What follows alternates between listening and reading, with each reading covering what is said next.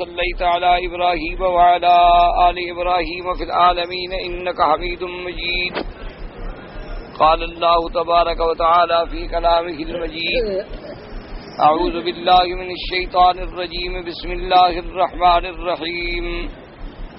ولكم نصف ما ترك أزواجكم إن لم يكن لهن ولد فإن كان لهن ولد فلكم الربع مما تركن من بعد وصية يوصين بها أو دين ولهن الربع مما تركتم إن لم يكن لكم ولد فإن كان لكم ولد فلهن الثمن مما تركتم من بعد وصية توصون بها أو دين وإن كان رجل يورث كلالة أو امرأة وله أخ أو أخت فلكل واحد منهما السدس فإن كانوا أكثر من ذلك فهم شركاء في الثلث من بعد وصية يوصى بها أو دين غير مضار وصية من الله والله عليم حليم. قال المؤلف والمفسر رحمه الله تعالى: وقال ابن أبي حاتم حدثنا يونس قال حدثنا ابن وهب قال أخبرنا يونس عن الزهري قال كذا عمر رضي الله تعالى عنه أن ميراث الأخوة من الأم بينهم للذكر مثل حظ الأنثى. قال الزهري: ولا أرى عمر كذا بذلك حتى علم ذلك من رسول الله صلی اللہ علیہ وسلم. اب مفسر رحمت اللہ علیہ ایک قول نقل فرماتے ہیں کہ سیدنا عمر رضی اللہ تعالی عنہ نے جو ماں کی طرف سے بھائی ہیں ان کے لیے انہوں نے حصہ مقرر کیا تھا للذکر مثل حظ الانثی، یعنی مردوں کے لیے اگر لڑکے ہیں بھائی ہیں بہنیں ہیں تو بہنوں کا مثلا آدھا اور بھائیوں کا دوگنا. اور حضرت زہری فرماتی ہیں کہ میں یہ سمجھتا ہوں کہ آخر اگر حضرت عمر رضی اللہ تعالی عنہ نے یہ فیصلہ کیا تو لازماً انہوں نے حضور صلی اللہ علیہ وسلم سے جانا ہوگا، ورنہ اپنی طرف سے تو وہ یہ فیصلہ نہیں فرما سکتے. یعنی یہ ایک قول ہے، ورنہ اصولی بات یاد رکھیں کہ یہ بات ایک طے شدہ ہے، مجمع علیہ ہے، جس میں کوئی اختلاف نہیں ہے کہ بھئی کلالہ کا معنی کیا ہے کہ جو مر گیا والد بھی نہیں اور اولاد بھی نہیں، بس اب وہ کیا چھوڑ گیا، ایک بھائی اور ایک بہن، تو ان کو کیا ملے گا؟ چھٹا حصہ. فلکل واحد منہما، یعنی بھائی کو چھٹا اور بہن کو بھی چھٹا. اچھا اگر وہ چھوڑ گیا اس سے زیادہ، یعنی خود مر گیا، باپ بھی نہیں ہے، بیٹے بھی نہیں ہے، اولاد نہیں ہے، لیکن چھوڑ گیا ہے دو بھائی ہیں، دو بہنیں ہیں، تین بھائی ہیں، تین بہنیں، وَإِنْ كَانُوا أَكْثَرَ مِنْ ذَلِكَ، یعنی ایک سے زیادہ ہیں، تو اب کیا ہوگا؟ فَهُمْ شُرَكَاءُ فِي الثُّلُثِ، کہ اس کا جو تیسرا حصہ ہے مال کا وہ سب پہ برابر تقسیم کر دیں گے. یہ قول جو ہے تمام صحابہ سے رضوان اللہ علیہم اجمعین سے. اسی لیے علماء نے یہ بات، جیسے ہم نے الحمدللہ کل پڑھی تھی کہ وَلَهُ أَخٌ أَوْ أُخْتٌ، کہ وہ چھوڑ گیا بھائی یا بہن، ان سے مراد اخیافی ہیں، یعنی ماں کی طرف سے، باپ کی طرف سے نہیں، کیونکہ ان کا مسئلہ پھر آخر صورت میں آئے گا، جو آخری آیت انشاءاللہ ہم پڑھیں گے سورۃ النساء. اور یہ اخیافی بھائی جو ہیں یہ باقی ورثے سے ہیں بھی الگ، ان کا حصہ ہی گویا قدرت نے علیحدہ رکھا ہے. مثلا کیا مانا؟ اگر آدمی مر جائے اس کا باپ موجود ہے، یا مر جائے بیٹے موجود ہیں، تو یہ بھائی جو ہے ماں کی طرف سے یہ تو وارث ہی نہیں بنتے، تو لہذا یہ علیحدہ ہوا. دوسرا یہ ہے کہ قاعدہ اصول جو ہے یوصیکم اللہ فی اولادکم للذکر مثل حظ الانثیین، کیا مانا؟ کہ بھئی اللہ تبارک و تعالی نے ذکور کا اگر حصہ رکھا ہے، مرد کا ڈبل، عورت کا آدھا، تو یہ قاعدہ تھا. لیکن ان کو شرکاء فی الثلث، کہ تیسرے حصے میں سب شریک ہو جائیں گے برابر برابر، چاہے مرد ہیں یا عورتیں ہیں. تو یہ بات جو ہے یہ اس لیے ان کا اشتراک شراکت میں جو ہے وہ باقی رشتہ داروں سے بالکل علیحدہ. صرف حضرت عمر رضی اللہ تعالیٰ عنہ سے ایک قول نقل کیا گیا ہے لیکن بہرحال سیدنا ابی بکر اور تمام صحابہ کی قضا اسی طرح ہے جیسے ہم پہلے پڑھ چکے ہیں کہ بھی اگر ایک بھائی اور بہن ہے تو چھٹا حصہ، اگر اس سے زیادہ ہیں تو تیسرے حصے میں سب شریک ہیں اور سب کو برابر ملے گا، مرد عورت کا فرق بھی نہیں ہوگا، کیونکہ یہ اخیافی جو ہوتے ہیں، ماں جائے جو ہوتے ہیں، ماں کی طرف سے بہن بھائی جو ہوتے ہیں، ان کے میراث جو ہے باقی رشتہ داروں کی میراث سے بہت سارے معاملات میں علیحدہ ہے۔ اب فرماتے ہیں وَهَذِهِ الْآيَةُ هِيَ الَّتِي قَالَ اللَّهُ تَعَالَى فِيهَا فَإِنْ كَانُوا أَكْثَرَ مِنْ ذَلِكَ فَهُمْ شُرَكَاءُ فِي الثُّلُثِ وَاخْتَلَفَ الْعُلَمَاءُ فِي الْمَسْأَلَةِ الْمُشْتَرَكَةِ وَهِيَ زَوْجٌ وَأُمٌّ أَوْ جَدٌّ وَاثْنَانِ مِنْ وَلَدِ الْأُمِّ وواحد أو أكثر من ولد الأبوين، فعلى قول الجمهور للزوج النصف وللأم والجدة السدس ولولد الأم الثلث، ويشاركهم فيه ولد الأب والأم بما بينهم من القدر المشترك وهو إخوة الأم. وقد وقعت هذه المسألة في زمان أمير المؤمنين عمر رضي الله تعالى عنه، فأعطى الزوج النصف والأم السدس وجعل الثلث لأولاد الأم، فقال له أولاد الأبوين يا أمير المؤمنين قال أن أبانا كان حمارا ألسنا من أم واحدة، فشرك بينهم وصح التشريك عن عثمان، وهو إحدى الروايتين عن ابن مسعود وزيد بن ثابت وابن عباس رضي الله تعالى عنهم، وبه يقول سعيد بن المسيب وشريح القاضي ومسروق وطاؤوس ومحمد بن سيرين وإبراهيم النخعي وعمر بن عبد العزيز والثوري وشريك، وهو مذهب مالك والشافعي وإسحاق بن راهويه رحمهم الله تعالى عليهم أجمعين. اب فرماتی ہیں کہ اللہ تبارک و تعالی نے جو اس آیت مبارکہ میں ارشاد فرمایا ہے کہ وَإِنْ كَانُوا أَكْثَرَ مِنْ ذَلِكَ فَهُمْ شُرَكَاءُ فِي الثُّلُثِ، اب اس شرکت کے مسئلے میں اختلاف ہے علماء میں. مثلا ایک آدمی ہے، اس نے چھوڑا عورت مر گئی خامن اور ماں یا دادی، اور دو چھوڑے من ولد الام، ماں کی طرف سے دو یعنی ہیں بھائی ہیں یا بہنیں. اچھا اب کیسے تقسیم ہوگا؟ تو اب فرماتی ہیں او اکثر من ولد الابوین، اور کافی چھوڑے اس نے باپ کی طرف سے یعنی بھائی جو صرف باپ کی طرف. تو اب جمہور کہتے ہیں کہ اس جائیداد کو ہم کیسے تقسیم کریں گے؟ وہ کہتے ہیں کہ للزوج النصف، بھی آدھا تو دیں گے اپنا اس کو خامند کو، وللام ماں ہے یا جدہ ہے دادی ہے اس کو دیں گے سدس، ولولد الام اب جو ماں کی طرف سے ہے اس کو دیں گے سدس، وَيُشَارِكُهُمْ فِيهِ وَلَدُ الْأَبِّ وَالْأُمِّ، اور اگر اس کے باپ کی طرف سے بھی کوئی اولاد ہے وہ بھی شریک ہو جائے گی، اور ماں کی طرف سے ہے وہ بھی شریک ہو جائے گی، کیونکہ بما بینہم من القدر المشترک، کہ ان کے اندر ایک بات تو مشترک ہے نا کہ وہ بھائی بن گئے ماں کی طرف سے. لہذا یہ ہے کہ ان کے حصوں کو یوں تقسیم کیا جائے گا کہ وَلَكُمْ نِصْفُ مَا تَرَكَ أَزْوَاجُكُمْ، کیونکہ اس کی اپنی اولاد تو ہے نہیں نا. اگر اس کی اپنی اولاد ہوتی تو پھر تو زوج کو ملتا کتنا؟ چوتھا حصہ، کیونکہ آدھا خامد کو کب ملتا ہے؟ جب اس کی اپنی اولاد نہ ہو، یعنی اس کا بیٹا بیٹی کوئی نہیں. اچھا اب خامد کو مل گیا کتنا؟ آدھا. خامد کو آدھا مل گیا. اچھا ماں بچی تو ماں کو کیا ملے گا؟ اس کو مل گیا چھٹا حصہ. اچھا اب جو ماں کی طرف سے بھائی ہیں وہ ثلث میں شریک ہو گئے، اگر اس کے باپ کی طرف سے بھی کوئی بھائی وہ بھی ان کے ساتھ شریک ہو جائیں گے کیونکہ ان کی قدر مشترک. تو یہ مسئلہ جو ہے ایک واضح ہو گیا کہ جمہور کا فتویٰ اسی پہ ہے کہ اگر ایک عورت مثال کے طور پہ مر گئی، مرنے کے بعد بھی کیا چھوڑ گئی؟ مرنے کے بعد اس کا خامند ہے، اور کیا چھوڑ گئی؟ ماں یا دادی ہے تو وہ بھی ماں کے حکم میں ہے. اچھا اور اپنی ماں کی طرف سے بھی اولاد چھوڑ گئی. اچھا باپ کی طرف سے بھی اولاد چھوڑ گئی لیکن دوسری ماں سے. باپ کی تو اولاد ہے لیکن مقصد ہے اس کی اور بیوی تھی، اس سے اولاد. تو اب اس کی جائیداد کو ہم کیسے تقسیم کریں گے؟ تو سیدھا مسئلہ آ گیا کہ وَلَكُمْ نِصْفُ مَا تَرَكَ أَزْوَاجُكُمْ، کہ تمہاری عورتیں مر جائیں اور جو چھوڑ جائیں ان کی اولاد نہ ہو تو خامد کو کتنا ملے گا؟ آدھا. اچھا وَلِكُلِّ وَاحِدٍ مِّنْهُمُ السُّدُسُ، ماں چھوڑ گئی تو ان کو کیا مل گیا؟ چھٹا. اچھا اب چونکہ ماں کی طرف سے وَإِنْ كَانُوا أَكْثَرَ مِنْ ذَلِكَ فَهُمْ شُرَكَاءُ فِي الثُّلُثِ، ان کو مل گیا تیسرے حصے میں، وہ شریک ہو گئے. اچھا باپ کی طرف سے جو تھے وہ بھی انہی کے ساتھ شریک ہو، جو کہ چاہے باپ کی طرف سے ہوں یا ماں کی طرف سے ہوں. جمہور نے اس کا حل جو ہے وہ یہ کیا. اچھا کہتی ہیں کہ حضرت سیدنا امیر المومنین حضرت عمر رضی اللہ تعالیٰ عنہ کے زمانے میں اسی طرح کا ایک مسئلہ پیش آ گیا.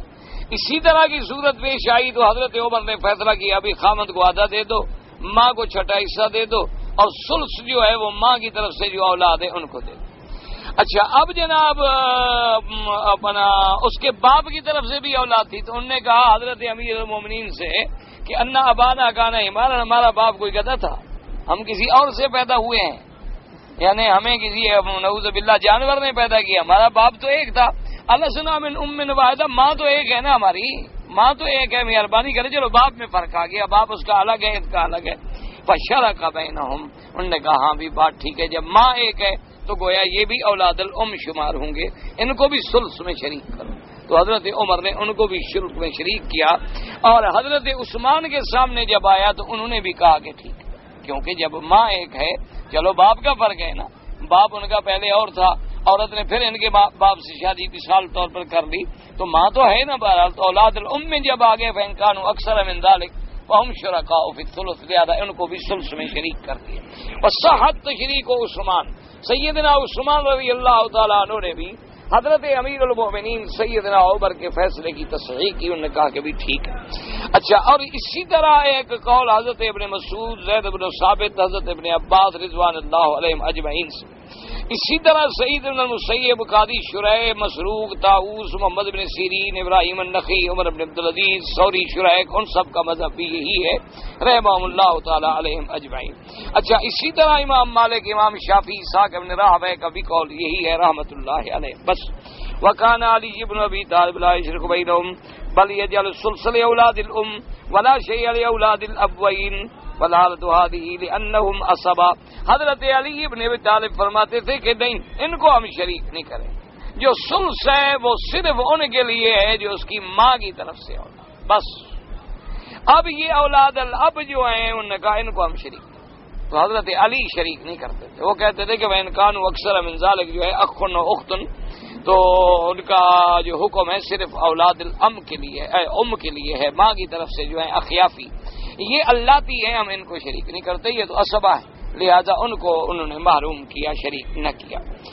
اب جناب حضرت وقال وکیع بن الجراح لم يختلف عنه في ذلك وهذا قول ابي بن كعب وابي موسى الاشعري والمشهور عن ابن عباس وهو مذهب الشافعي وابن ابي ليلى وابي حنيفه وابي يوسف ومحمد بن الحسن والحسن الزياد زهر بن الزيد والامام احمد ويحيى بن آدم ونعيم بن حماد وابي ثور وداود بن علي الظاهري رضوان الله عليهم واختاره ابو الحسن بن لبان الفرضي رحمه الله في كتابه الايجاز. تو اسی قول پر جو ہے حضرت علی فرماتے تھے کہ بالکل نہیں, ثلث جو ہے اولاد الام کے لیے ہے, ولا شیء لاولاد الابوین, ان کے لیے کچھ نہیں ہے. اور اسی قول کو لیا ہے حضرت ابی بن کعب نے, ابی موسیٰ اشعری نے, حضرت ابن عباس نے, اسی کو لیا ہے شابی نے, ابن ابی لیلہ نے, ابی حنیفہ نے, ابی یوسف نے, محمد بن الحسن نے, حسن بن زیاد نے, ظفر بن الحذیل نے, امام احمد, یحییٰ ابن آدم, نعیم بن حماد, ابی ثور اور داؤد نے رحمت اللہ علیہم اجمعین. وہ کہتے ہیں کہ نہیں, شرکاء ہوں گے, وَإِنْ كَانُوا أَكْثَرَ مِنْ ذَلِكَ وَهُمْ شُرَكَاءُ فِي الثُّلُثِ جو ہے اولاد الام, اما اولاد الابوین فلا, وہ عصبہ ہیں, ان کو کچھ نہیں ملے گا. اسی لیے میں نے کئی دفعہ عرض کیا ہے کہ بھئی جب بھی کوئی مسئلہ آئے, مثلا آپ نے ایک مسئلہ پڑھا ہے اور آپ مثال کے طور پہ حنفی مسلک والے ہیں, لیکن آپ نے اگر امام احمد بن حنبل رحمت اللہ علیہ کا قول پڑھا ہے تو ان کو برا بالکل نہ کہیں رحمت اللہ. ٹھیک ہے آپ اپنے امام کا قول لے رہے ہیں, لیکن ہمیں یہ حق نہیں پہنچتا کہ ہم امام شافعی رحمت اللہ علیہ کو برا بلا کہیں, یا ہم کہیں کہ نہیں جی وہ غلط ہے اور فلاں غلط ہے. یہ بات نہیں. ہاں یہ بات ہوتی ہے کہ بھئی فلاں امام کا یہ قول ہے, فلاں امام کا یہ قول ہے, فلاں امام کا یہ قول ہے, فلاں امام کا یہ قول ہے, لیکن آپ اپنے اس امام کے قول کو ترجیح دے رہے ہیں جس کی فقہ پہ عمل کرتے ہیں. آپ کہتے ہیں ان کی تحقیق زیادہ بہتر ہے, لیکن باقی کسی کے بارے میں بھی آدمی کو بدظنی نہیں رکھنی چاہیے دل میں ہمیشہ, کیونکہ قاعدہ یہ ہوتا ہے کہ کوئی امام بھی کبھی اپنی ذات سے مسئلہ نہیں لے آتے. کیوں قیامت میں وہ کیوں جواب دیں بھائی, ان کو کیا ملے گا؟ لازماً وہ مسئلہ لیں گے کتاب و سنت سے, یا لازماً وہ مسئلہ لیں گے اصحاب رسول اللہ رضوان اللہ علیہم اجمعین۔ تو اگر 4 صحابہ ایک امام کی طرف ہیں مثلا انہوں نے ان کا قول لیا تو دوسرے امام کے ساتھ بھی اصحاب رسول اللہ۔ اب دیکھ رہے ہیں کہ پہلے آپ نے پڑھ لیا کہ ابن مسعود رضی اللہ تعالیٰ عنہ، زید بن ثابت وہ جو تھے وہ پہلے فیصلے کی طرف تھے، لیکن ابی ابن کعب، ابن عباس جیسے لوگ جو تھے وہ اس دوسرے قول کی طرف تھے۔ تو لہذا کسی کے بارے میں کبھی آدمی سوء ظن بدگمانی نہ رکھے اور کسی کے بارے میں زبان سے کبھی کوئی ایسا کلمہ نہ کہے جو ان کی شان میں کوتاہی کا باعث ہو۔ رحمت اللہ علیہم اجمعین، اللہ سب پہ اپنی کروڑوں رحمتیں نازل فرمائے۔ اس کی وجہ یہ ہوتی ہے، دیکھیں نا جی، ایک آدمی ہے اس نے اپنی طرف سے محنت کی، ایک مسئلہ لکھا، اس کو کیا ضرورت تھی کہ قیامت تک جو لوگ جو ہیں وہ میرے قول پہ عمل کر کے نعوذ باللہ گناہگار ہوں اور سب کا گناہ میرے اوپر آئے قیامت میں؟ اس کو کیا فائدہ تھا اس کا؟ یہ تو ہو سکتا ہے کہ انسان تھے، ان سے کوئی بات سمجھنے میں کمی ہو گئی، یہ ہو سکتا ہے کہ ایک امام کے پاس حضور صلی اللہ علیہ وسلم کی حدیث مبارک نہیں پہنچ سکی، کیونکہ وہ دور ایسا تو نہیں تھا نا کبھی ٹیلی فون اٹھایا اور 1 منٹ میں پوچھ لیا کہ مولانا آپ کا کیا اس میں کیا رائے ہے۔ اب تو مسئلہ یہ ہے نا جی کہ اگر کوئی فتویٰ آ جائے تو ہم 1 منٹ میں اگر ذرا طبیعت میں کوئی تردد ہوگا تو 1 منٹ میں ٹیلی فون کا السلام علیکم جناب آپ نے یہ کیا فتویٰ دیا۔ اس زمانے میں یہ وسائل تو تھے نہیں، ایک آدمی کوفے سے پیدل چل کے مدینہ منورہ میں آئے گا ایک حدیث سمجھنے کے لیے، کتنا عرصہ لگے گا اس کو؟ اچھا کچھ لوگ تو اسی سفر میں مر گئے، وہ پہنچے ہی نہیں، لیکن انہوں نے جو محنتیں کی ہیں اللہ ان کی محنتوں کو قبول فرمائے۔ ان کا مقصد کیا تھا کہ امت کو ہدایت ملے، امت کے لیے آسانی پیدا ہو جائے کہ اب ایک مسئلہ دیکھنا ہو تو احادیث مبارک میں تو حدیثیں پھیلی ہوئی ہیں، تو یہ عام آدمی کی کیا طاقت ہے کہ وہ حدیثوں کو ساروں کو اکٹھا کر کے مسئلہ نکال لے گا بیچارہ۔ تو انہوں نے محدثین نے بھی احسان کیا، فقہا نے بھی احسان کیا، ائمہ اربعہ نے بھی احسان کیا، قراء نے بھی احسان کیا کہ آج ہمارے سامنے مسئلے واضح ہو گئے کہ بھی یہ قرات جو ہے فلاں قرات ہے، یہ قرات سبع میں، یہ قرات مشہورہ متواترہ ہے، بھئی یہ قرات جو ہے قرآن پاک کی قرات شاذہ ہے۔ تو اب قراتیں ہمارے لیے آسان ہو گئی، 7 قراتیں کتابوں میں واضح ہو گئی۔ اسی طرح محدثین نے اللہ ان کی قبروں پہ کروڑوں رحمتیں فرمائے، انہوں نے ہمارے لیے کتنا بڑا ذخیرہ بنا دیا کہ سیاست کا 6 کتابیں لکھ کے جمع کر دی، اور پھر ہر حدیث کو اس کی مناسبت کے ساتھ کتاب میں لے آئے بھی۔ کتاب الایمان، اب اس میں سب حدیث، کتاب العلم، کتاب الجنائز، کتاب الفتن، کتاب الصلاۃ، کتاب الزکوٰۃ، وہ ساری حدیثیں حضور پاک کی اس ایک جگہ پہ ہمیں اکٹھی کر۔ فقہا نے کیا محنت کی، انہوں نے وہی زکوٰۃ کی حدیث تو لی محدثین سے، اس میں اور جتنی تفصیلات تھی اس میں ساری بحثیں کر کے سارے قول اکٹھے کر۔ اب ہم نے کوئی مسئلہ دیکھنا ہو، فقہی طور پہ مسئلہ دیکھنا ہو، ماشاءاللہ فقہ کی کتاب کھولیں گے تو مسئلہ سامنے آ جائے گا۔ حدیث مبارک دیکھنی ہو، حدیث کی کتاب کھولیں گے تو حدیث مبارک سامنے آ جائے گی، ورنہ تو ہم مر جاتے، ایک حدیث بھی ہمیں نہ ملتی، ہم تو ٹکریں کھا کھا کے مر جائیں تو ایک حدیث بھی نہ ڈھونڈ سکیں، کیسے ڈھونڈیں گے؟ اب تو اللہ نے اور علماء کو خدمت کا موقع دیا، اب انہوں نے ماشاءاللہ ایسی آسانیاں پیدا کر دی ہیں کہ جیسے نا الف با تا ثا جیم آخا، تو جتنی روایتوں میں پہلے مثلا الف سے شروع ہوتی ہے حدیث، بس آپ 1 منٹ میں انڈیکس کھولیں تو الف والی ساری حدیثیں آپ کو مل جائیں، جو لفظ با سے شروع ہو رہے وہ علیحدہ مل جائے۔ اچھا پھر وہ حدیث کہاں ہے یہ بھی مل جائے گی کہ بخاری شریف میں فلاں باب میں فلاں صفحے پہ، اور مسلم شریف میں فلاں باب میں فلاں صفحے پہ، تو یہ اور آسانیاں ہو گئی۔ اب اللہ تبارک و تعالیٰ نے اور دنیا کو ترقی کی تو اب سارا علم جو ہے وہ میکرو فلم میں آ گیا، یعنی آپ 500-600 صفحے کی کتاب جو ہے اتنی ڈبی میں بند کر کے جیب میں ڈال۔ اب دیکھیں نا بخاری شریف ماشاءاللہ کتنی بڑی کتاب ہے۔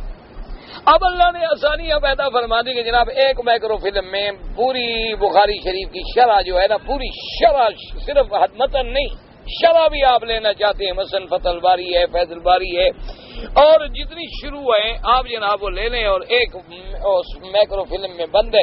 آپ کو اب مسئلہ دیکھنا ہے کہ بھئی اگر ایک آدمی مر گیا ہے تو ہم نے آیت دیکھنی ہے وہی کہ وَإِنْ كَانَ رَجُلٌ يُورَثُ كَلَالَةً، اب ہم نے کلالہ کا مسئلہ دیکھنا ہے.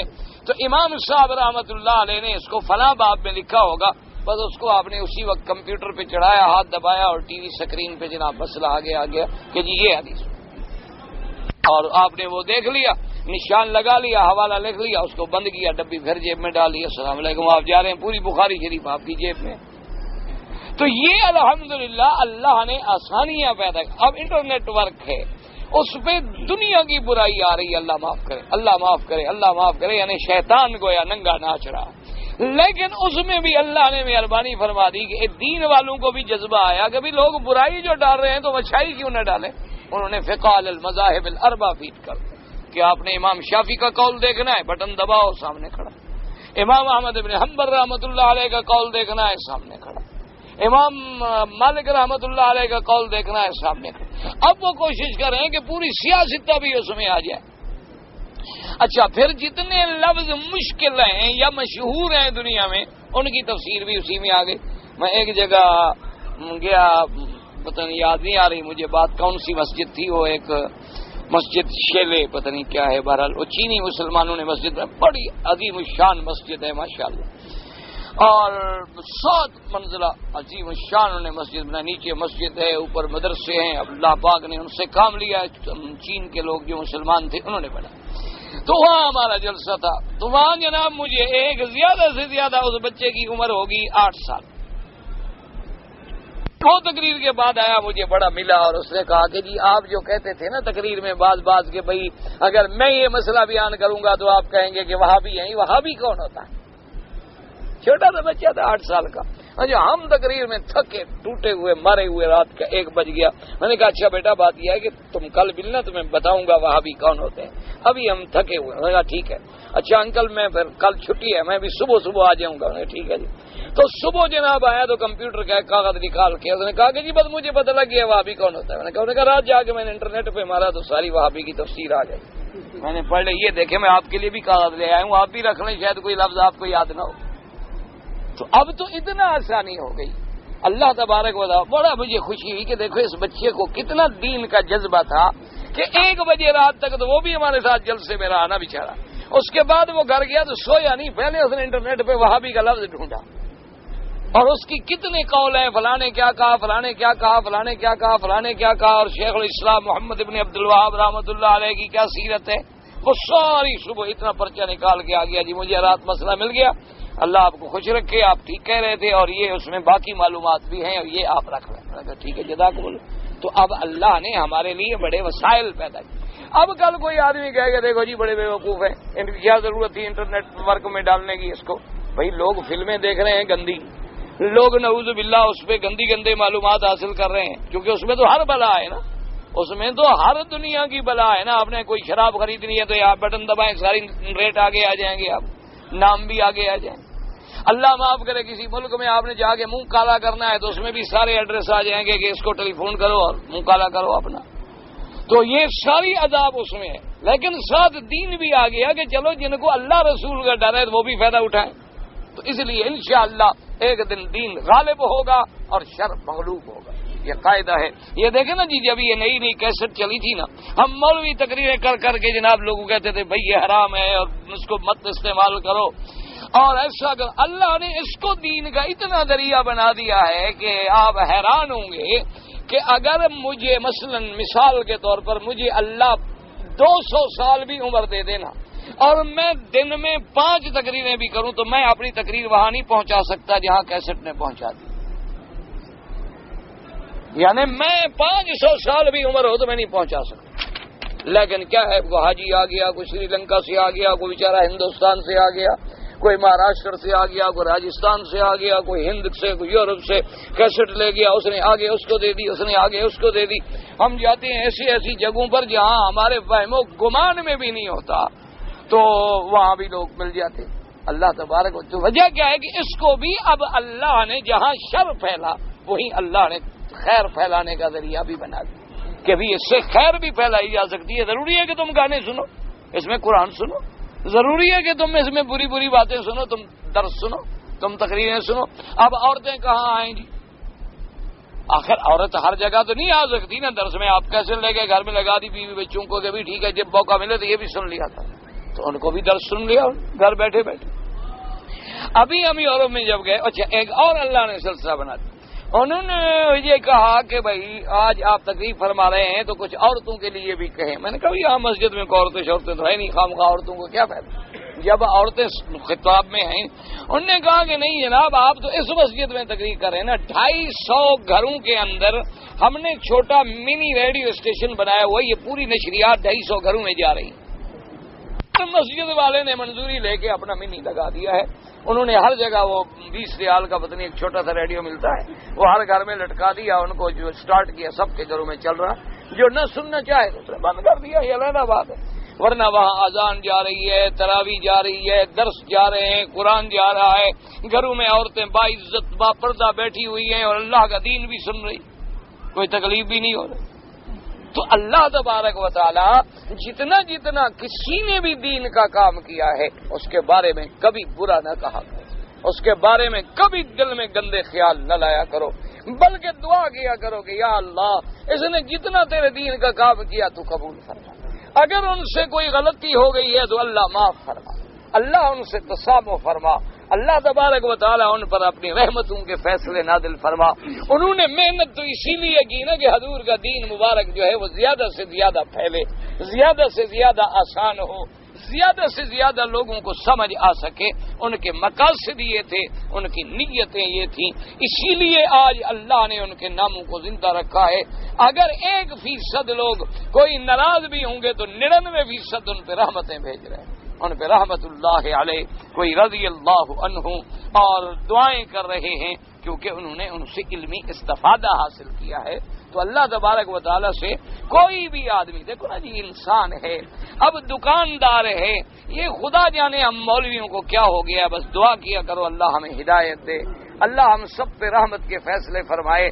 آپ دیکھیں نا جی ایک مارکیٹ میں 100 دکان ہو, آپ جا کے دکان کرائے پہ لیں, دوسرے دن 7 والی دکان بھی کرائے پہ ہو جائے, تیسرے دن اور بھی ہو جائے, وہ خوش ہوتا ہے دکاندار, وہ کہتے ہیں یار خدا کرے ساری مارکیٹ چڑھ جائے, کیونکہ جتنی دکان زیادہ کھلیں گے تو گاہک زیادہ آئیں گے. یعنی دولت والے دنیا والے کہتے ہیں لوگ زیادہ آئیں, مولوی کہتے ہیں سارے مر جائیں صرف میں رہوں اور کوئی بھی نہ ہو. تو یعنی دنیا والے خوش ہو رہے ہیں کہ بھائی جتنی دکانیں زیادہ بنے گی مارکیٹ میں, اگر صرف 2 دکانیں ہیں تو 2 دکانوں کے لیے گاہک آئے گا نا, اگر 200 دکانیں تو 200 کے لیے آئیں گے تو ہمارا بھی کچھ بک جائے گا, آئے گا تو وہ اس کے لیے, لیکن میرا بھی کوئی سودا لے کے چلا جائے گا. تو اسی لیے چاہیے تو یہ تھا کہ ایک آدمی تبلیغ کر رہا ہے, ایک آدمی قرآن پڑھا رہا ہے, ایک آدمی قرات پڑھا رہا ہے, ایک آدمی فقہ پڑھا رہا ہے, ایک آدمی حدیث مصطفیٰ پڑھا رہا ہے, ایک آدمی تفسیر قرآن پڑھا رہا ہے, سب آپس میں مل جاتے کہ زیادہ سے زیادہ ہمارا کام ہے, تاکہ کوئی اس کو سننے آئے گا تو میرے بھی 2 کلمے سن لے, کوئی مجھے سننے آئے گا تو بھی اس کے بھی 2 کلمے سن لے گا, بجائے اس کے کہ ہمارے اندر تعاون ہوتا کہ بھی ہم کام تو سارے اللہ کا ہی کر رہے ہیں. اب ایمان سے کہیں کہ آدمی صرف بچے کو پڑھا رہا ہے الف با تا سا, یہ پڑھا رہا ہے, کیا کر رہا ہے؟ یہ پڑھائے گا تو بچہ قرآن پڑھے گا نا, وہ بھی تو ہمارا کام کر رہا ہے نا. ایک آدمی جناب بیٹھا ہوا ہے, وہ بنا رہا ہے کہ بھئی یہ حروف جو ہیں حلق سے نکلیں گے, وہ جناب تجوید پڑھا رہا ہے, تو وہ کس کا کام کر رہا ہے؟ کام وہ بھی تو اللہ کے قرآن کو صحیح پڑھانے کے لیے کر رہا ہے. ایک آدمی بیٹھا ہوا ہے نحو کا قاعدہ پڑھا رہا ہے کہ جی انا کیا کرتا ہے اور کانا کیا کرتا ہے, فی کیا کرتا ہے, حروف جارہ کیا ہے, ناصبہ کیا ہے, جازمہ کیا ہے, وہ کیوں کر رہا ہے؟ تاکہ بھی ہم قرآن غلط نہ پڑھیں. مبتدا خبر کیا ہے؟ تو وہ بھی ہمارے دین کا کام کر رہا ہے. ایک آدمی لگا ہوا ہے جماعت کے لیے کہ جناب تبلیغ پہ نکلو, وہ بھی کیا کر رہا ہے؟ اللہ کے دین پہ ہی کسی کو لگا رہا ہے, بھی نماز پڑھو, بھی روزہ رکھو, بھی حج پڑھو, بھی کلمہ ٹھیک کرو بھی. اچھا اسی طرح ایک آدمی بیٹھا ہے بخاری شریف پڑھا رہا ہے, قال رسول اللہ سبحان اللہ, تو ہر کسی کو ثواب تو اس کے کام کے مطابق ملے گا, لیکن کام سب کس کا کر رہے ہیں؟ اللہ کا, اللہ کے رسول کا علیہ الصلاۃ والسلام. تو لہذا ہمیں ان کے بارے میں اور زیادہ سے زیادہ دلوں میں محبت پیدا ہونی چاہیے. اچھا ان میں غلطی ہے تو ہم یہ سمجھیں کہ بھئی وہ بھی تو انسان ہے, وہ بھی تو انسان ہے نا, آخر فرشتے تو نہیں ہیں, وہ بھی تو ہمارے بھائی ہیں, اور ہمارے دور میں پیدا ہوئے ہیں کہ پہلے دور کے لوگ بھی نہیں ہیں. نہ وہ معصوم عن الخطا ہے کہ گناہوں سے پاک ہوں, ان میں بھی کوئی غلطی ہے، ہمدردی ہے تو علیحدگی قسم کیا ہے؟ تو اس لیے یاد رکھیں. اب دیکھیں کتنے ائمہ کے قول میں ان کے ساتھ بھی صحابہ ہیں، اور باقی ائمہ ان کے ساتھ بھی صحابہ ہیں رضوان اللہ تعالی علیہم اجمعین. اللہ سب پہ اپنی کروڑوں رحمتیں فرمائے. اب جناب فرماتے ہیں من بعد وصیۃ یوصی بہا او دین غیر مضار أي لتكن وصية والعدل على الإضرار والجور والحيف بأن يحرم الورثة أو ينقصوا أو يزيدوا ولا ما فرض الله له من الفريضة ومن جاء بذلك كان كمن ضاد الله في حكمه وشرعه. اب جناب فرماتی ہیں اللہ نے فرمایا کہ حرام کر دے. ایک آدمی مرنے لگے، اب وہ سوچے کہ ٹھیک ہے جی میرے وارث مال لے جائیں گے، انہوں نے زندگی میں میرے ساتھ اچھا نہیں کیا، چلو یہ میرے مرنے کے بعد تو مزے نہ کریں. اس نے وصیت کر دی کہ جی میری ساری جائیداد جو ہے نا یتیم خانے کو دے دو. یہ بھی حرام ہے، کیونکہ اللہ نے جن کا حق رکھا ہے تم ان کو کیوں محروم کر رہے ہو؟ لہذا ثلث سے زیادہ وصیت. اچھا، بعد آدمی نعوذ باللہ جھوٹے قرضے کا کہہ دیتے ہیں کہ بھائی میں نے فلاں آدمی کا 2 لاکھ دینا ہے، وہ قرضہ ادا کر دیں، حالانکہ دینا کچھ نہیں. مقصد یہ ہوتا ہے کہ میرے وارثوں کو نہ ملے، چلو میرا اور دوست ہی لے گیا تو لے گیا نہیں، لیکن ان کو تو نہ ملے نا، یہ تو نہ کھائیں، ان کا تو میرے ساتھ جھگڑا تھا زندگی میں. تو یہ باتیں نہیں ہیں. اگر وصیت کرے تو عدل کے ساتھ، دین ہے تو عدل کے ساتھ. اچھا، یا ایک آدمی آ جاتا ہے وہ کہتا ہے جی مر گیا، اس سے میں نے 1 لاکھ لینا ہے، لینے تھے 10,000. اب یہ بھی تو ظلم ہے کہ ایک آدمی خام خواہ کے مدعی بن جائے اور کہے کہ جناب یہ آدمی مر گیا، ایسے میرا 1 لاکھ دینا. وہ بابا کوئی سند ہے؟ نہیں جی، یہ بڑا اچھا آدمی تھا، ہمارا لین دین تھا، ہمارا اعتماد تھا، سند کوئی نہیں، میرے پاس گواہ ہے. 2 گواہ لے آئے گا، 5-5 ہزار ان کو دے دے گا. آج کل گواہوں کا کیا مسئلہ ہے؟ اللہ معاف فرمائے. آج کل تو 1 منٹ کی بات ہے، گواہ باہر کھڑے ہوتے ہیں انتظار میں کہ ہمارا سودا کرو، ہاں حاضر ہے. اور بڑے تجربے کار گواہ، آپ بھول جائیں وہ کبھی بھولیں بھی نہیں، کیونکہ ان کو رات دن گواہی دینے میں عادت ہو جاتی ہے نا، وہ ڈرتے نہیں. نیا آدمی جائے تو اس کے تو پاؤں کانپنے لگ جاتے ہیں کہ پتہ نہیں کیا ہوگا عدالت میں بھائی. اور وہ ماشاءاللہ تجربے کار ہوتے ہیں. مجالے خود مدعی بھول جائے، گواہ نہیں بھولے گا، کیونکہ اس کا کام ہے، وہ تو پیشہ ور آدمی ہے، اس نے گواہی دینی. تو یہ بھی حرام ہے کہ بالکل ظلم نہ ہو، عدل ہو، انصاف. وصیت ہو تو تیسرے حصے میں، قرضہ دینا ہے تو صحیح بتلاؤ، لینا ہے تب بھی صحیح بتلاؤ، تاکہ ایسا نہ ہو کہ مرنے کے بعد بھی دنیا عذاب میں مبتلا ہو جائے. بعض لوگ ایسے ہوتے ہیں، اللہ معاف کرے. دعا کریں اللہ سب مسلمانوں کو اچھا بنائے اور ہم سب کلمے پڑھنے والوں کا خاتمہ ایمان پہ فرمائے، اور اللہ تمام مصائب اور مصیبتوں سے بچائے. بعض لوگ ایسے ہوتے ہیں، لوگ زندگی میں بھی ان سے تنگ ہوتے ہیں، مرنے کے بعد بھی وہ گلے میں پڑ جاتی ہیں، اولادیں لڑ رہی ہیں، وارث لڑ رہے ہیں اور مر رہے ہیں اور مقدمے چل رہے ہیں. اللہ معاف کرے. یعنی جب بھی کوئی نام لے ہو کہتے ہیں جی بس چھوڑو حضرت، وہ تو بس جب تک زندہ رہا عذاب تھا، مر گیا تو عذاب. ایسے بھی لوگ ہوتے ہیں، اللہ تبارک و تعالیٰ معاف فرمائے. اللہ تبارک و تعالیٰ. اور ایسے بھی لوگ ہوتے ہیں، ہمارے والد صاحب کے شاگرد تھے، اب وہ بھی فوت ہو گئے بیچارے، بہت بڑے کاروباری تھے، ان کا بیٹا بھی بہت بڑا کاروباری تھا. ساری کتابیں انہوں نے میرے والد صاحب رحمۃ اللہ علیہ سے پڑھی تھی، دورہ حدیث تک ماشاءاللہ. اور پھر ماشاءاللہ ان کو والد صاحب رحمۃ اللہ علیہ نے، وہ مولوی تو نہ بنے بیچارے، انہوں نے کہا ہم تجارت کریں گے، تو اللہ نے تجارت میں بھی ان کو پھر بڑی برکت دی. ان کا نوجوان بیٹا اور اس کا بہت بڑا کاروبار اور اس کا بے انتہا باہر قرضہ پھیلا ہوا تھا. جس دن ان کا بیٹا فوت ہوا، اس شخص کا ہم نے کمال دیکھا ہے. میں تو موجود نہیں تھا، اتفاق سے ہم ادھر تھے. تو اس نے کھڑے ہو کے اعلان کر دیا کہ بھائی میرے بیٹے نے جس سے قرضہ لینا تھا میں نے معاف کیا، اور میرے بیٹے نے جس کا قرضہ دینا ہو ابھی یہاں کھڑا ہو جائے اور مجھ سے لے. یہ کہہ دینا تو بڑا آسان ہے، لیکن کرنا بڑا مشکل ہے کہ لاکھوں کا قرضہ ہو اور کہو معاف. انہوں نے کہا یار اللہ نے بیٹا لے لیا تو پیسے کو ہم کیا کریں گے. اسی بیٹے کی دولت تھی، پیسہ تھا، سب کچھ تھا، لیکن اللہ نے جب اپنی اصل امانت ہی لے لی تو اب اس کے 1,00,000 2 لاکھ 4 لاکھ مل جائیں گے تو کیا ہو جائے گا، کیا فرق پڑ جائے. اللہ نے ہمیں بہت کچھ دیا، لہذا چلو میرے بیٹے کی طرف سے خیرات ہو گئی کہ قرض خواہوں کو ہم نے معاف کر دیا. اللہ تبارک و تعالیٰ اس کے درجات بلند کر دے.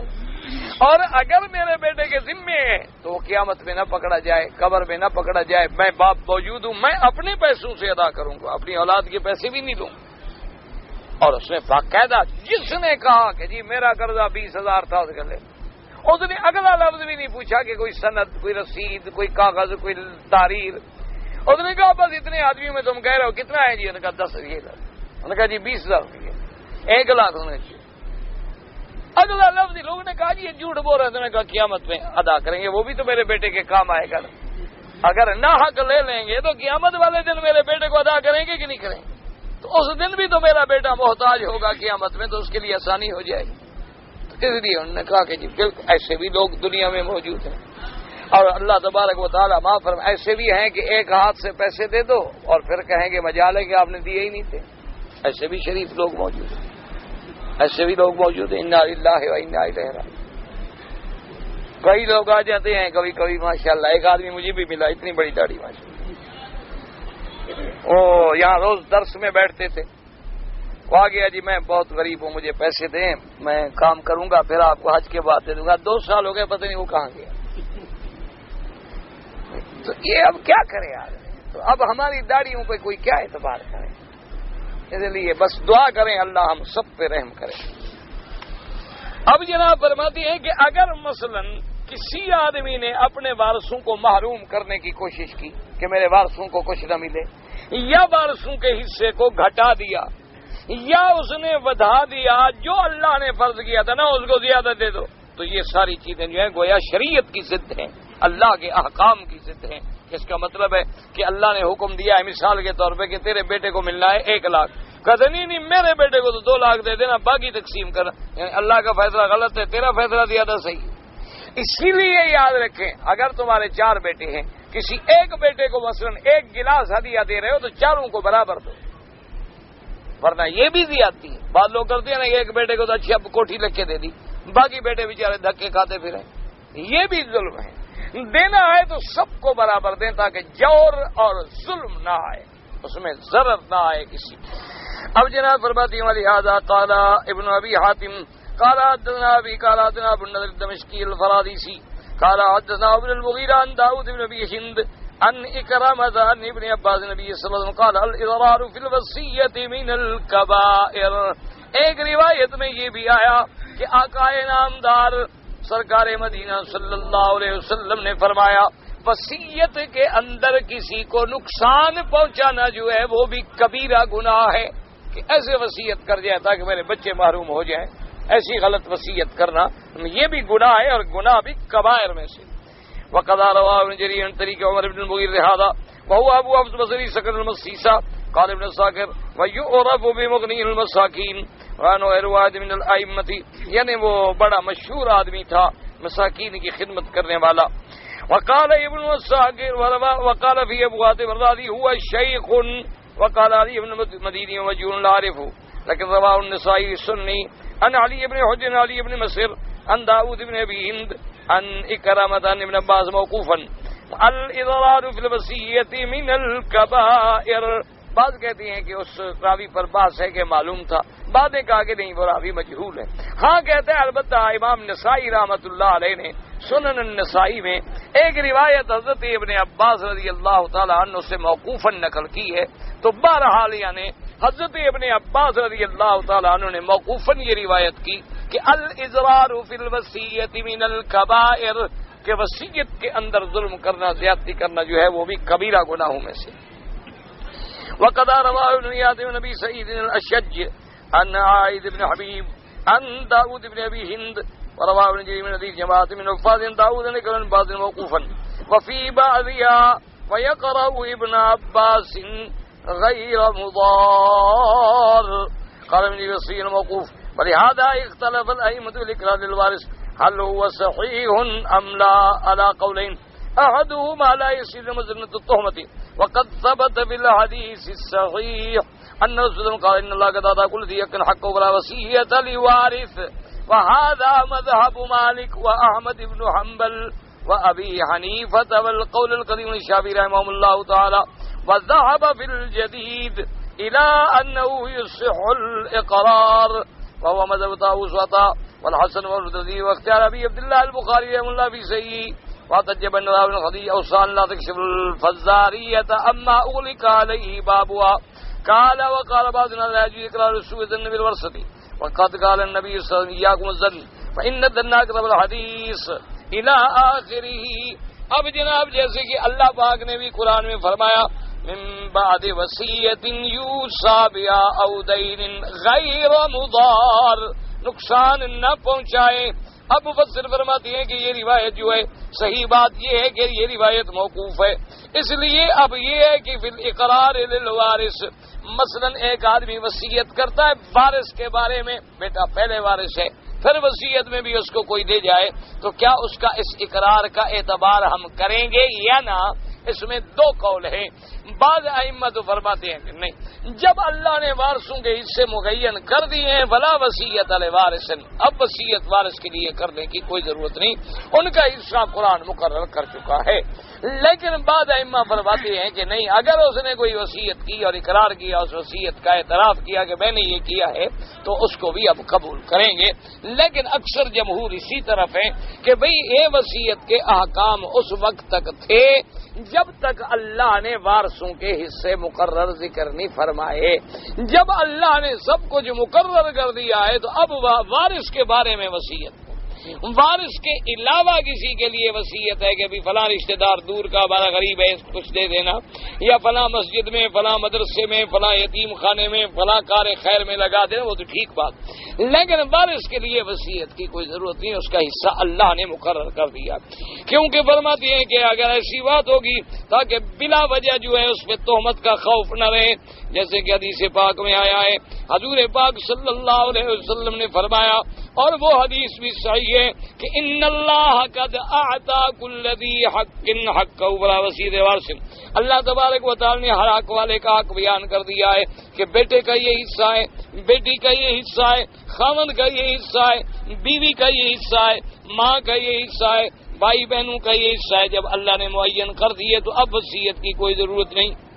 اور یہی مذہب ہے امام مالک، امام احمد بن حنبل، امام ابی حنیفہ، اسی طرح قول قدیم امام شافعی کا رحمہم اللہ تعالی علیہم اجمعین، وہ سب فرماتے ہیں کہ وارث کے لیے وصیت نہیں۔ لیکن امام شافعی کا ایک جدید قول جو ہے، ان کے ہمیشہ دو قول ہوتے ہیں اکثر، ایک قول قدیم، ایک قول جدید۔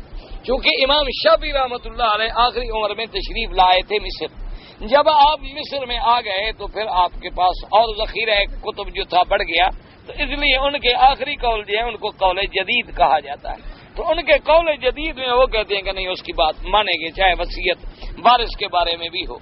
اور یہی مذہب ہے طاؤس کا، طاقاسن کا، عمر بن العزیز کا، اور اسی کو ابھی عبداللہ محمد بن اسماعیل البخاری رحمہ اللہ نے ذکر کیا ہے۔ اور انہوں نے دلیل یہ پکڑی ہے کہ رافع ابن خدیج نے وصیت کی تھی کہ اللہ تکشف الفزاری یتما اغلق علیہ بابوا، کہ جس کا آپ نے دروازہ بند کر دیا ہے تو اس کو پھر نہیں کھولنا، تو اس کی وصیت پہ عمل کیا گیا۔ قال وقال بعض الناس، اور کہتا ہے کہ بعض حضرات یہ بھی فرماتے ہیں کہ لا يجوز اقرارہ لسوء الظن بالورثۃ، کہ اس کے اقرار کو نہیں مانیں گے تاکہ باقی ورثے کے بارے میں برا گمان نہ رہے۔ وقد قال النبی صلی اللہ علیہ وسلم ایاکم والظن، حضور نے فرمایا کہ خبردار بچو گمان سے، بچو گمان سے، فإن الظن اکذب الحدیث، یہ گمان جو ہے یہ بھی گویا کہ سب سے بڑی جھوٹی بات ہے۔ کیا مانا؟ ایک ہوتا ہے نا جی آپ کو پتہ تو نہیں لیکن آپ کہتے ہیں نہیں میرا گمان ہے وہ بندہ ہے چور، یعنی گمان ہے میرا، تو یہ سب سے بڑا جھوٹ ہے۔ گمان کیا مطلب ہے؟ اچھا جی مجھے گمان ہے یہ شرارت فلاں نے کی ہے، تو یہ گمان کرنا جو ہے یہ بھی جھوٹ ہے، اور یہ گمان کرنے سے اللہ کے رسول نے منع کیا ہے۔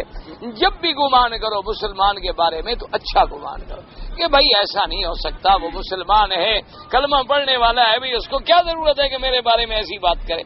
بات تب کرو جب یقین ہو، دلیل ہو، تمہارے سامنے ہو، تم نے سنی ہو، یا شاہدین عدل جو ہے انہوں نے تمہیں کہی ہو، ورنہ صرف گمان ہے گمان ہے گمان ہے، یہ جو ہے اکذب الحدیث، یہ بھی سب سے بڑا جھوٹ ہے۔ تو اس لیے ایسی باتوں میں باقی وارث جو ہیں وہ پھر گمان کرتے ہیں کہ بھئی نہیں یہ وارث جھوٹ بول رہا، یہ وارث جو ہے جھوٹ، تو بلا وجہ ظن آ گیا۔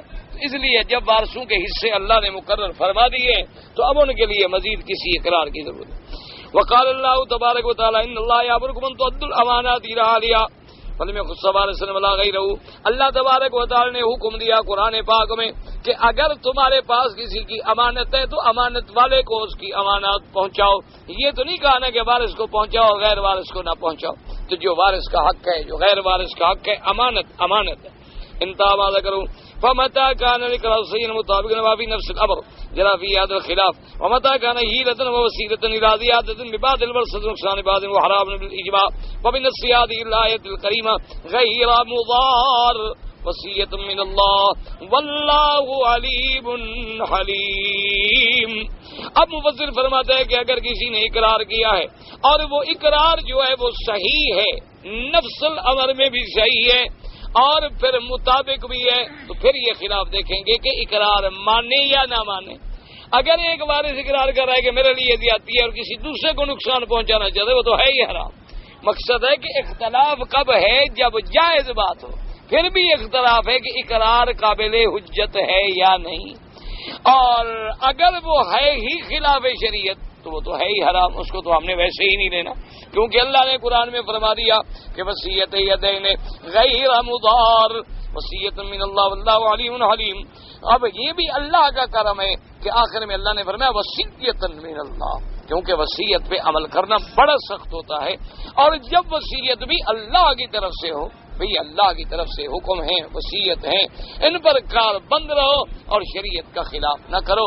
اور پھر یہ بھی یقین رکھو کہ اللہ سب جاننے والے ہیں، اگر ہم کوئی جھوٹ بول رہے ہیں تو اللہ جاننے والے، اور یہ بھی کہ اللہ حلم والے ہیں کہ ہمیں جلدی نہیں پکڑتے، ہمیں ہر گناہ پہ پکڑ لیں تو کوئی بندہ زمین پہ چلتا بھی نظر نہ آئے، کیونکہ کلنا خطاؤن، ہم سب خطا کار ہیں، بخیر الخطائین التوابون، اور اچھے وہ ہوتے ہیں جو اپنے گناہوں سے توبہ کر لیں.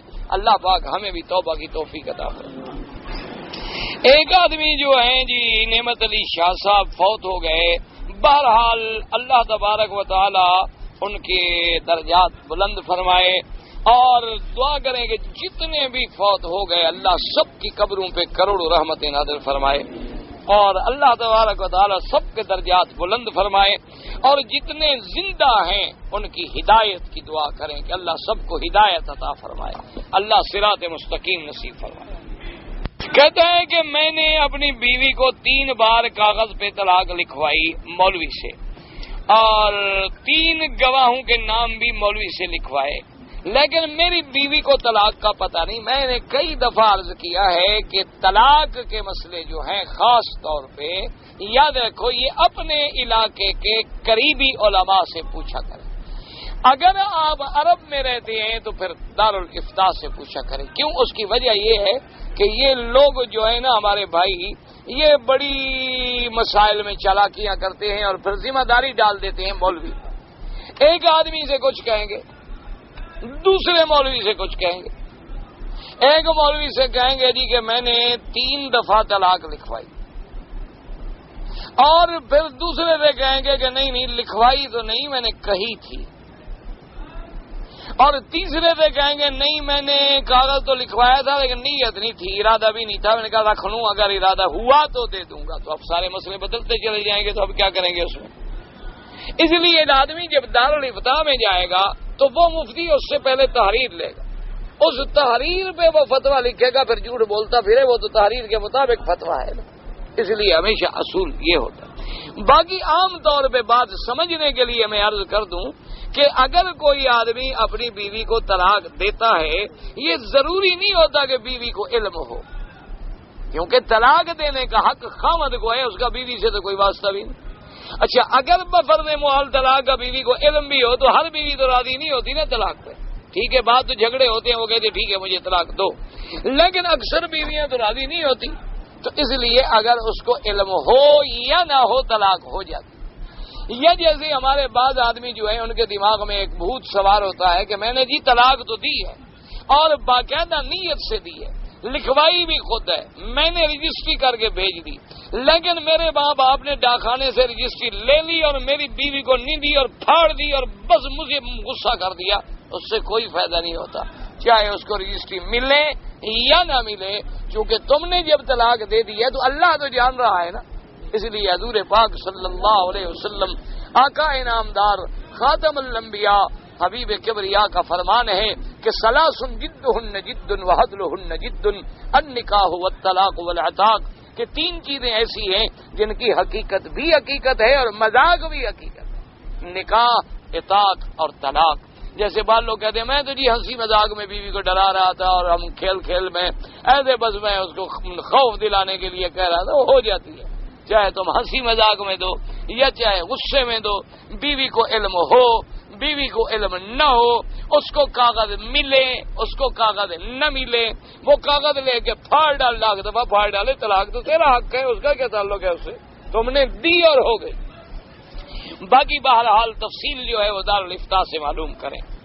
کہتا ہے جی کہ اگر کوئی آدمی ہے اس کی یعنی نیچے کے حصے میں سطر میں کوئی بیماری ہے اور وہ زمزم کا پانی اسی نیت سے لگاتا ہے کہ مجھے شفا ملے تو کوئی حرج نہیں، بالکل ٹھیک ہے۔ جب زمزم سے غسل کر سکتا ہے تو غسل کا پانی بھی تو سارے بدن پہ جائے گا نا، ایک جگہ سے تو نہیں جائے گا، پورے بدن پہ بہایا جائے گا، اور خاص طور پہ بیماری کے لیے تو جس جگہ بھی تکلیف ہے لگا سکتا ہے، کوئی ایسی بات نہیں، چونکہ شفا ہے زمزم، اور حضور پاک نے فرمایا کہ ہر بیماری کی شفا ہے، یعنی کوئی بیماری آپ نے پابند نہیں کی، فرمایا شفا۔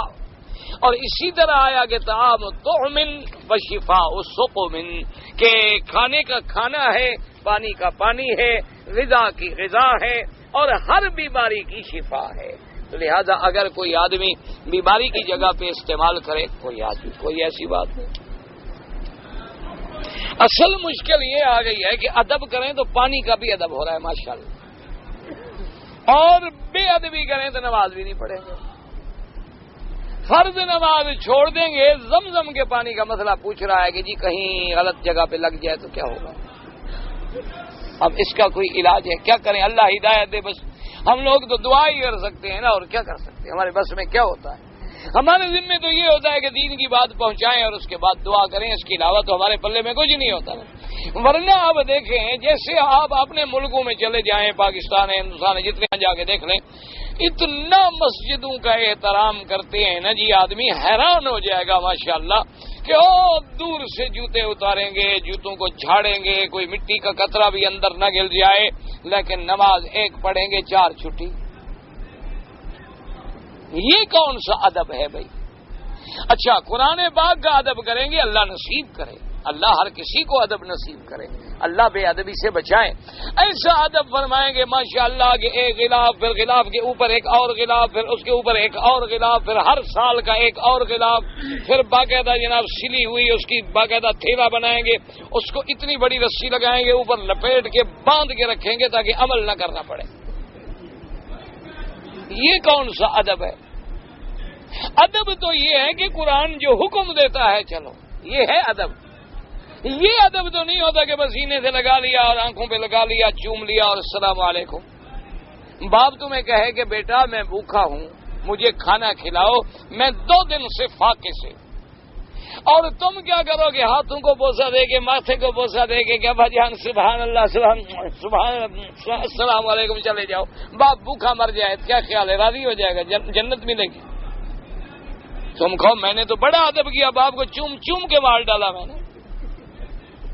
یہ کچھ نہیں ہوتا اللہ کے بندے۔ اصل ادب کیا ہے؟ قرآن کے حکم پہ چلو۔ اصل ادب کیا ہے کہ زمزم کے بارے میں جو حدیث ہے اس پہ یقین ہو کہ ہماری بیماری کی شفا ہے، لیکن ہمارا تو اس پر بھی ایمان نہیں۔ ہم تو مولوی حضرات بھی 1 گلاس زمزم کا اور 2 گولیاں دوا کی بھی ساتھ کھاتے ہیں۔ جب یقین یہ ہے تو شفا بھی اتنی ہوتی ہے۔ کہتے ہیں جی کہ بین الصفوف فاصلہ کتنا ہو ایک صف کا۔ کہتے ہیں جی کہ میں چھٹی کاٹ کے واپس آیا پاکستان سے، اور واپسی پر ہماری چونکہ کمپنی کا آفس جو ہے جدہ ہے، تو ہمیں لازماً جدے میں رہنا پڑتا ہے، اور دوسرے دن پھر وہ ہمیں کاغذات دیتے ہیں اور پھر ہم مکے آتے ہیں۔ تو میں نے وہاں سے احرام نہیں باندھا اور کچھ میری طبیعت بھی خراب تھی۔ بہرحال اصولی بات یاد رکھو، چاہے جدے میں تمہاری کمپنی کا دفتر ہے یا نہیں، اگر پاکستان سے چلتے وقت تمہاری نیت یہ تھی کہ میں جدے جاؤں گا، 1 دن وہاں رہوں گا یا 2 دن وہاں رہوں گا اور پھر مکے جاؤں گا، تو آپ نے احرام نہیں باندھا تو کوئی جرمانہ نہیں، کیونکہ آپ کی نیت جدے آنے کی تھی، سیدھی مکہ آنے کی نہیں تھی، اس لیے کوئی جرمانہ۔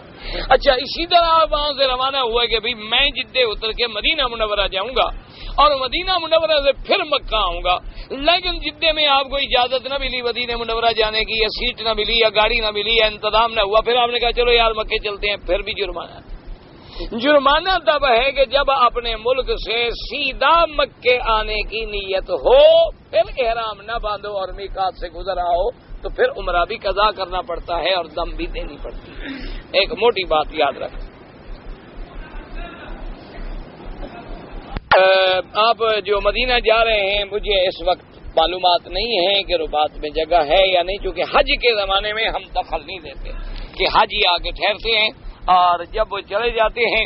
ابھی میرے خیال میں 2-3 دن کے بعد انشاءاللہ جگہ ہوگی، پھر ہم لکھ دیں گے، آپ 2-3 دن صبر کر لیں، کیونکہ آخری حاجی چلے جائیں گے وہاں سے تقریباً 22-23 کو، تو 2-3 دن ہی رہ گئے باقی سارے۔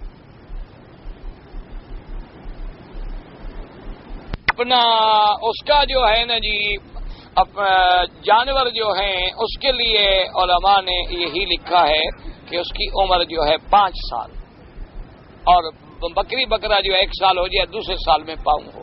اگر دمبا ہے 6 مہینے کا لیکن سال کا نظر آئے ٹھیک ہے، واللہ عالم۔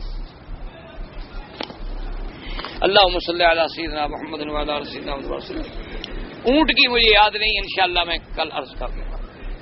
یا الہ العالمین، یا ارحم الراحمین، یا حی یا قیوم، یا ذا الجلال والاکرام، یا الہنا الہ کل شیء، الہ واحد لا الہ الا انت، یا الہ العالمین، یا ارحم الراحمین۔ اللہم فرج ہم المحمومین، نفس کرب المکروبین، واقض الدین عن المدینین، واشفنا واشف مرضانا ومرضى المسلمین۔ یا اللہ تمام بیماروں کو شفا عطا فرما، یا اللہ تمام بیماروں کو شفا عطا فرما، یا اللہ تمام بیماروں کو شفا عطا فرما، یا اللہ جو فوت ہو گئے ان کی مغفرت فرما، یا اللہ جو زندہ ہے ان کو ہدایت نصیب فرما، یا اللہ بے حیاؤں کو حیا عطا فرما، بے دینوں کو دین عطا فرما، بے اولادوں کو اولاد عطا فرما، جن کی اولاد ہے ان کو صالح بنا، یا اللہ ان کو والدین کے لیے قرۃ عین بنا، یا الہ العالمین، یا ارحم الراحمین۔ ہمیں مانگنا بھی نہیں آتا، بغیر مانگے اپنی رحمت دے۔ یا اللہ مسلمانان کشمیر کی مدد فرما، یا اللہ مسلمان جس ملک میں ہیں، فلسطین میں ہیں، عرب میں ہیں، عجم میں ہیں، ان سب کی جان مال آبرو عزت کی حفاظت فرما۔ یا الہ العالمین ہمارے گناہ معاف فرما، یا اللہ ہمارے گناہ معاف فرما، یا اللہ ہمارے گناہ معاف فرما، یا الہ العالمین ہماری خطائیں معاف فرما، یا اللہ ہماری ظاہری اور باطنی بیماریاں پریشانیاں سب اپنی رحمت سے دور فرما۔ یا اللہ ہمیں مانگنا بھی نہیں آتا، مانگنے کا طریقہ بھی عطا فرما۔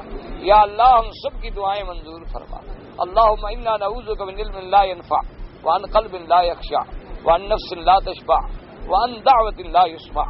اللہم انا نعوذ بک من جہد البلاء ودرک الشقاء وسوء القضاء وشماتة الأعداء۔ اللہم وفقنا لما تحب وترضى۔ اللہم لا تجعلنا مضغة للمازغین، اللہم لا تجعلنا عقلة للآکلین، اللہم لا تجعلنا فتنة للقوم الظالمین۔ صلی اللہ تعالی علی خیر خلقہ سیدنا محمد وعلی آلہ واصحابہ اجمعین۔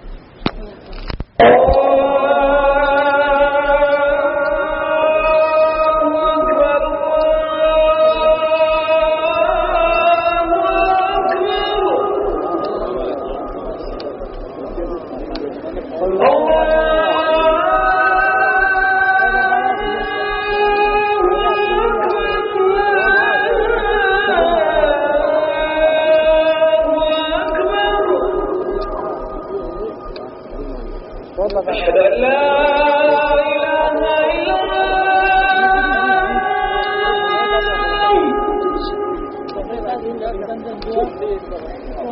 أشهد أن لا إله إلا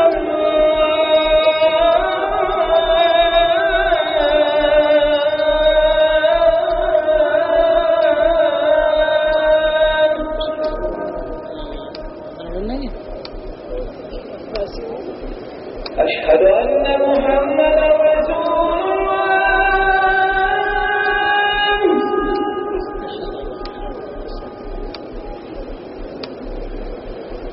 أشهد أن محمدا رسول الله،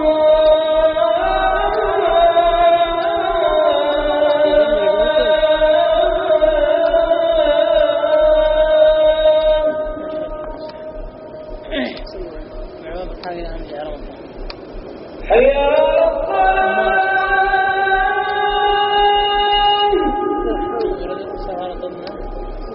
هذا هي الهجرة. حي على الصلاة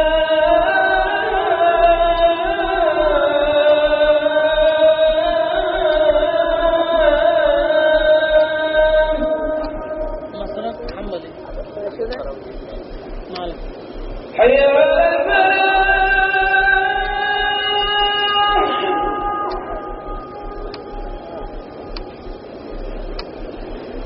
حي على الفلاح